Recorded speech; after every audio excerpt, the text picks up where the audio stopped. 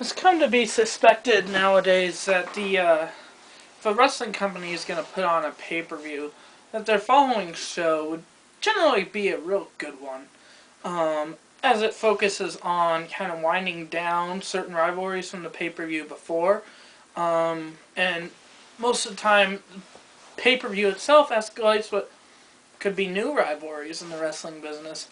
Um, but generally, does a real good job of putting on a good show, as the viewers are going to want to turn into that show anyway to see what they would have missed on the pay-per-view if they didn't order the pay-per-view and don't have internet access or just refuse to go to that wrestling company's website. And, the promoters know this. So one would assume that if you're going to have all these viewers tuning in, you might as well put on a good show while you're at it. Hello, once again, I am John. Thank you for tuning in this episode of my wrestling views.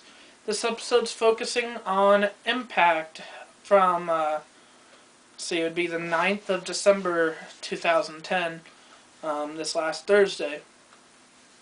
With what I said in my introduction, this Impact, in those regards, was kind of a disappointing show overall.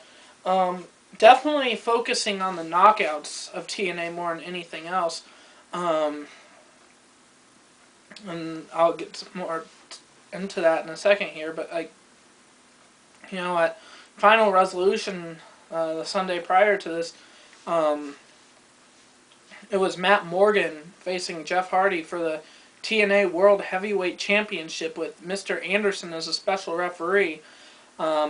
Mr. Anderson got thrown out of the ring during the match, and Eric Bischoff comes out and throws him into the pole and uses that rookie referee, I believe his name is like Jackson James or something like that, and Jeff Hardy hit the twist of hate on, it was either the title or, no, it was on a chair, hits the twist of hate on the chair to Matt Morgan, and retains the title, and Mr. Anderson was bleeding, and it's a huge deal because he just came back from a concussion, blah, blah, blah, blah, blah. But overall, I guess Eric Bischoff was disappointed with Immortal and Fortune with their performance overall, especially with AJ Styles losing the television championship to Douglas Williams at the pay-per-view. Eric Bischoff wasn't exactly happy, and with these issues going on with Dixie Carter right now, as Dixie's trying to fight to get her company back, Eric Bischoff says, Fortune and Immortal need to make a better name for themselves in the company. They need to really take over. Apparently they've been slacking lately, so he laid the ultimatum down of every title needs to be in Fortune and their faction's reach by the next pay-per-view, Genesis in January. It's a necessity. It must happen for them to really make a name for himself in this whole issue with Dixie Carter trying to get her company back. And they said it would start that night with Abyss taking on Douglas Williams. And then, of course, at Genesis, it'll be Beer Money taking on the Motor City Machine Guns for the tag team titles. Jeff Hardy is a world champion still, so they'd have to focus on getting the X Division championship somehow, too. But they also made a match through all this. Rhino, I guess, doesn't have a contract still, supposedly. Bischoff was evidently upset that Rhino lost his first blood match to RVD and doesn't care about the excuse of, I have a family to feed, and so Rhino supposedly doesn't have a job with the company. That's, in my opinion, with Rhino especially, that's just as true as John Cena actually being fired from WWE. Obviously, Rhino still works there. Along with that, Bischoff made a match for Genesis. It's going to be Matt Morgan in a number one contenders match. He's saying he's doing the right thing, but he's putting him against Mr. Anderson. When they made that announcement, Eric Bischoff was making it sound like, at least to me, that he was wanting that match to be that night. So I was kind of disappointed. I was watching the show, and that match never happened. They even kind of alluded to it being tonight with Anderson and Morgan talking in the middle of the show. But at the same time, it's like, if it's not going to be that night, why don't you make more appearances from both Mr. Anderson and Matt Morgan was kind of a letdown.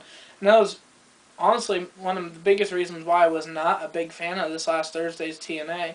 Um, Douglas Williams, on the other hand, though, still television champion, had a match against Abyss, and granted, there was an exposed turnbuckle pad. The pad was taken off, and Douglas Williams took advantage and capitalized and pinned Abyss, and then AJ Styles, of course, attacked Douglas Williams on the stage and hit the Styles clash on the stage, and kind of leaving his mark, saying, that he was still gunning for his television title.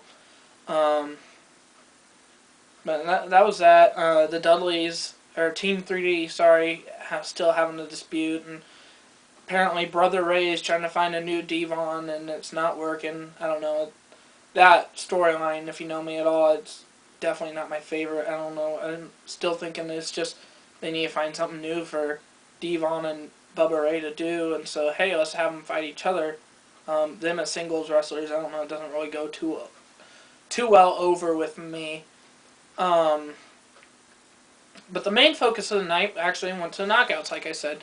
There was the announcement that Hamada and Taylor Wilde were stripped of the Knockouts tag team titles as a result to Hamada not being able to make it back into the U.S. Apparently has some sort of contract issues. And so they're starting a 4-team tournament. This last Thursday was the Beautiful People versus Sarita and the returning Daphne. Sarita's Tease and Velvet Sky, yet the Beautiful People get the win with Angelina Love pinning Daphne. Whatever. Let's see where the tournament goes from here and who else is competing. But the big point of the night was it was Mickie James and Tara in a steel cage, and definitely by far probably the best women's cage match I've ever seen. Obviously, it's not every day you see a cage match, let alone a women's cage match. Is far more rare. But there's a couple of big moves in that cage match. There's like a power bomb from the top rope where nobody knew who got the worst of it between Tara and Mickie James. It looked bad on both ends, like hip injuries or something. And then by the end of it, it looked like Tara might have broken her arm. Mickie James was limping out of there like she might have had some sort of knee issues or leg issues or something. So both knockouts feeling the effects. Of course, Mickie James won the match by a Luthez press off the top of the cage. By golly, that looked really good, though. So those couple points made it not disappoint. Overall, that's what saved the show, and it's kind of weird saying because it was in knockouts at TNA saving the show as opposed to the male superstars who shows are usually dominated for. But I don't know, the superstars of TNA, it's kind of disappointing. The Pope apparently is having a new rebirth after losing his casket match at Final Resolution. Terrible way of putting that on. Seeing an empty casket come out and dancing choir for a few minutes and the Pope talking in the background, yet all of a sudden Pope's on reaction. If I was writing for TNA, I would have made a different idea. I know Pope's trying to build more of a name for himself and kind of having a rebirth, but they could have done a better job with it. Overall, not the best Impact I've ever seen. Hopefully, as Genesis gets closer, and they're going to start developing more rivalries, we'll see TNA kind of turn things around. But until then, thanks for watching. Once again, I'm John. Have a good one.